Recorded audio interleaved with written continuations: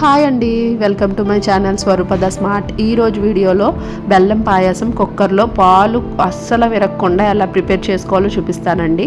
కుక్కర్లో వండుకోవడం వల్ల తక్కువ టైంలో మనకి ఈజీగా ఎక్కువ రెసిపీస్ చేసుకోవచ్చు. ఇంట్లో ఏమన్నా సెలబ్రేషన్స్ ఉన్నప్పుడు కానీ లేకపోతే ఎప్పుడైనా ఫెస్టివల్స్ టైంలో ఎక్కువ వంటలు ఉంటాయి కదండి.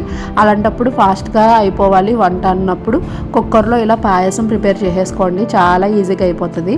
ఫస్ట్ అయితే నేను బియ్యం నానబెట్టుకున్నానండి. గ్లాసున్నర బియ్యంని నానబెట్టుకున్నాను. ఆ బియ్యాన్ని అందులో వేసేసుకుని 2 గ్లాసులు నీళ్ళు 2 గ్లాసులు పాలు అయితే వేసేసి మిక్స్ చేసుకున్నాను. ఇలా కుక్కర్లో పెట్టేసుకుంటే మనకి టెన్షన్ లేకుండా ఫాస్ట్గా అయిపోతుందండి పని. బెల్లాన్ని తురిమి పెట్టుకున్నాను ముందు, అది కూడా కావాల్సినంత తగినంత వేసేసుకోవాలి. నేను అదే గ్లాస్తో కొలుచుకుని ఒక హాఫ్ గ్లాస్ అయితే వేసుకున్నానండి. సరిపోతే తర్వాత వేద్దాంలే అన్నట్టు.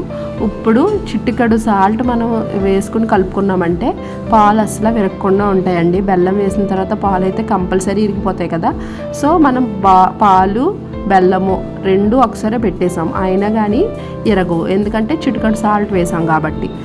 తర్వాత ఇప్పుడు మూత పెట్టేసుకుని ఎన్ని విజిల్స్ కావాలంటే అన్ని విజిల్స్ వేయించుకోండి. బాగా మెత్తగా కావాలనుకుంటే కొంచెం ఎక్కువ విజిల్స్ వేయించుకోండి. అంతే, చూసారా ఎంత బాగుందో టెక్స్చరు. రెడీ అయిపోయిందండి. చూడండి అసలు పాలు ఎక్కడైనా విరిగినట్టుగా ఉన్నాయా. ఇప్పుడైతే మనము ఇలాచీ వేసుకుంటాం కదా మంచి టేస్ట్ కోసము. స్వీట్ తక్కువగా అనిపించిందండి, అందుకనేసి ఇంకొంచెం బెల్లం అయితే వేసేసాను. తర్వాత మిక్సీ జార్లోకి 4 లవంగాలు ఇంకా కొంచెం షుగర్ వేసి బ్లెండ్ చేసుకున్నామంటే ఫైన్ పౌడర్లా అవుతుందండి. అందుకనేసి షుగర్ వేసాను అనమాట. ఆ క్లిప్ అయితే మిస్ అయిందండి, అది కూడా వేసి మిక్స్ చేసేసుకున్నాను. ఇప్పుడు నెయ్యిలో రోస్ట్ చేసుకున్న జీడిపప్పు ఇంకా కిస్మిస్లు కూడా ఇందులో వేసి మిక్స్ చేసేసుకున్నాను. అంతే అండి, పాయసం రెడీ అయిపోయింది. ఇప్పుడు పొయ్యి నుంచి దించేసి ఒక 10 మినిట్స్ లేదంటే పావు గంట తర్వాత కాచి చల్లార్చిన పాలు వేసుకుని మిక్స్ చేసుకోండి. ఈ టిప్ కూడా ఒకసారి ఫాలో అవ్వండి.